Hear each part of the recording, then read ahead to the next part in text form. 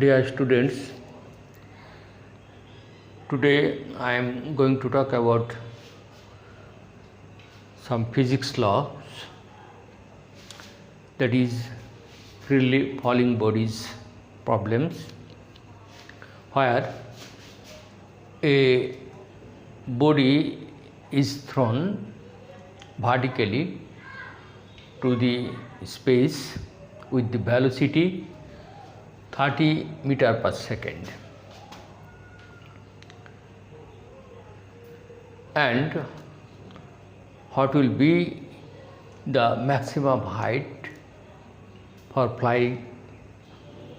flighting of the object or body, and what will be the kinetic energy of the body for lifting and dropping, and what will be the velocity of the body for lifting or throwing and dropping, and what will be the time of that body for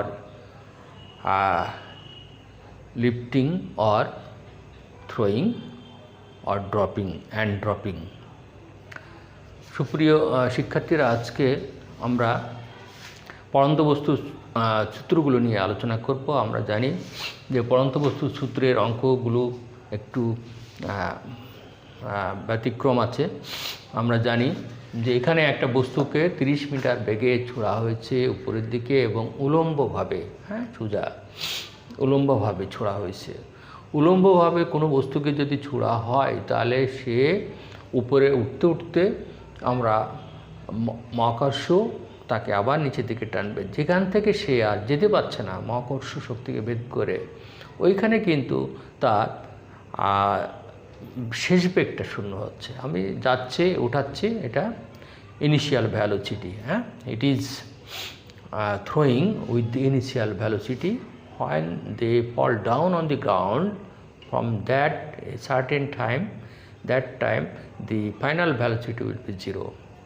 আমরা এখানে তাই দেখছি যে এখানে 30 metre per সেকেন্ডে বেগে একটা বস্তুকে উঠছে, উঠে এইখান থেকে আবার সে নিচের দিকে পড়ছে।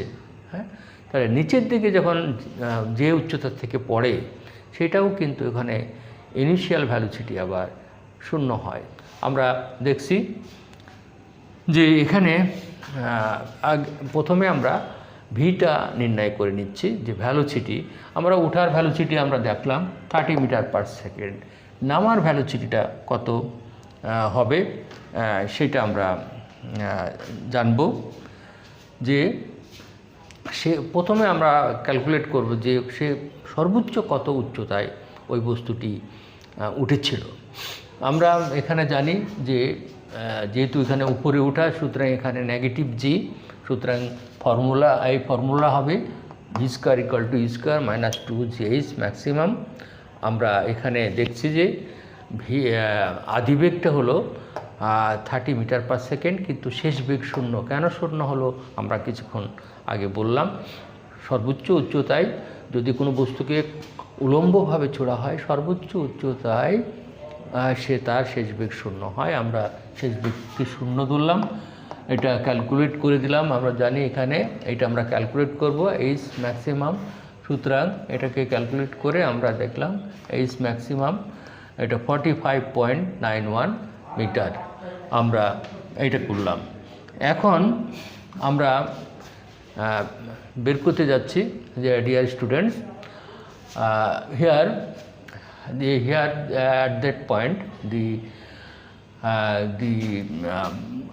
body is flying at that point. So according to the gravitational force by gravitational law, so in this point the final velocity will be 0. So we put the final velocity in this formula is 0. So we will have this 45 meter 0.91 meter.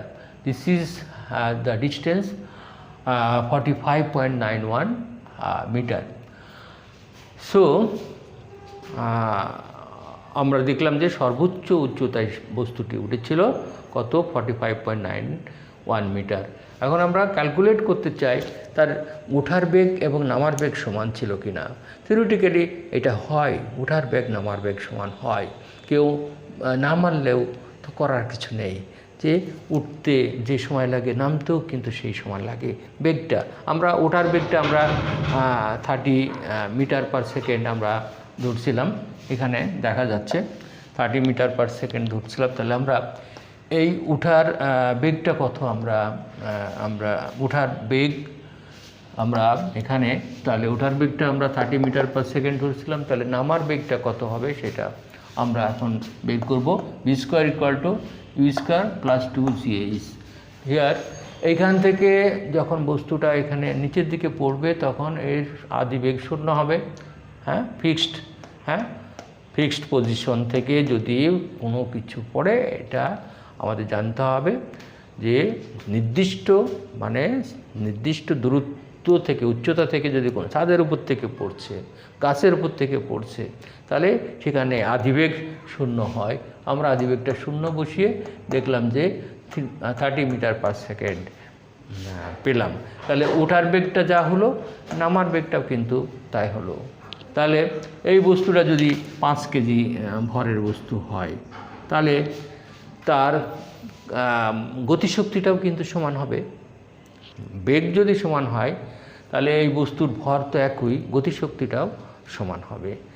তাহলে আমরা গতিশক্তি যদি আমি করতে চাই, তাহলে এখানে আমরা দিয়ে দিব যে T equal to half m b square, তার মানে half m equal to 5 into b square equal to এত সমান। আমরা এটাকে যদি ক্যালকুলেশন করি তাহলে কত পাই, এটা 900 হয়।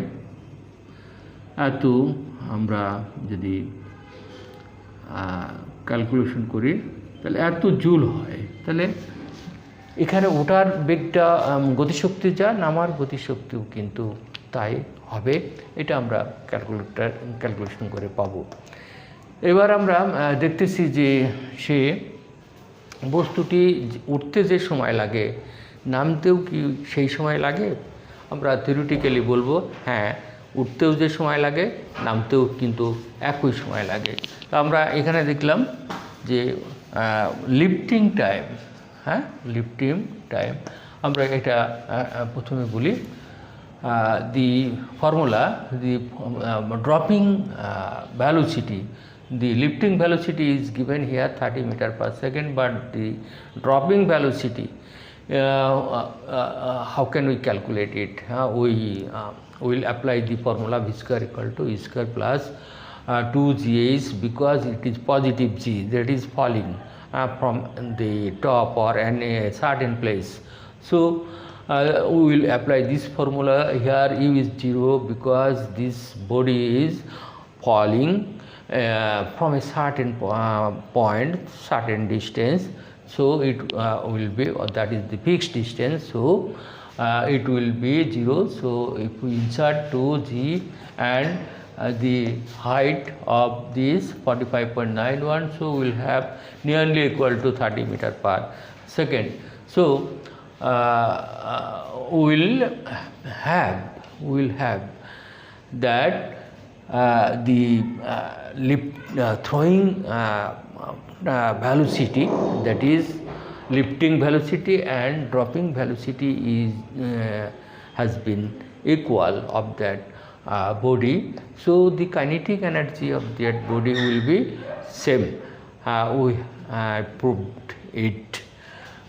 Again amra so we can say, so the velocity or kinetic energy will be equal for lifting and dropping the velocity, dropping of the body which is vertically thrown with the velocity 30 meter per second. So the kinetic energy and velocity has been equal according to our calculation. এখন আমরা যাচ্ছি যে টাইমটা কি অবস্থা। ওঠার টাইমটা আমরা ক্যালকুলেট করে নিলাম। v equal to u minus g t, that is negative g. উপরে উঠলে জিটা নেগেটিভ হবে, সুতরাং formula will be this. So if we here আদিবেগটা এত, আমরা যদি এখান থেকে এত পাই 3.06 সেকেন্ড আমরা। আর এখানে ড্রপিং টাইমটা আমরা যখন পড়ে যাচ্ছে তখন আমরা বের করার জন্য আমরা এই ফর্মুলা দিতে পারি, অন্য ফর্মুলাও দিতে পারি, h = ut plus half gt square. Here h has been calculated at the c, that is it has been calculated before for calculation this. So this height is equal to 45.91 meters. So it has been put here. So u equal to 0 because here u equal to 0. So half gt square we calculate, t equal to this nearly equal to 3.06 seconds. So we have proved that the lifting or throwing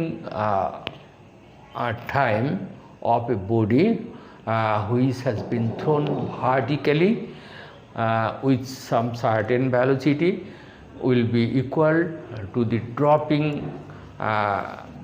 time of that body which has been thrown vertically. Thank you very much, dear students. So thank you very much for watching my video. Please share this video to your friends or others. Please subscribe this channel. Thank you very much. Assalamu alaikum once again.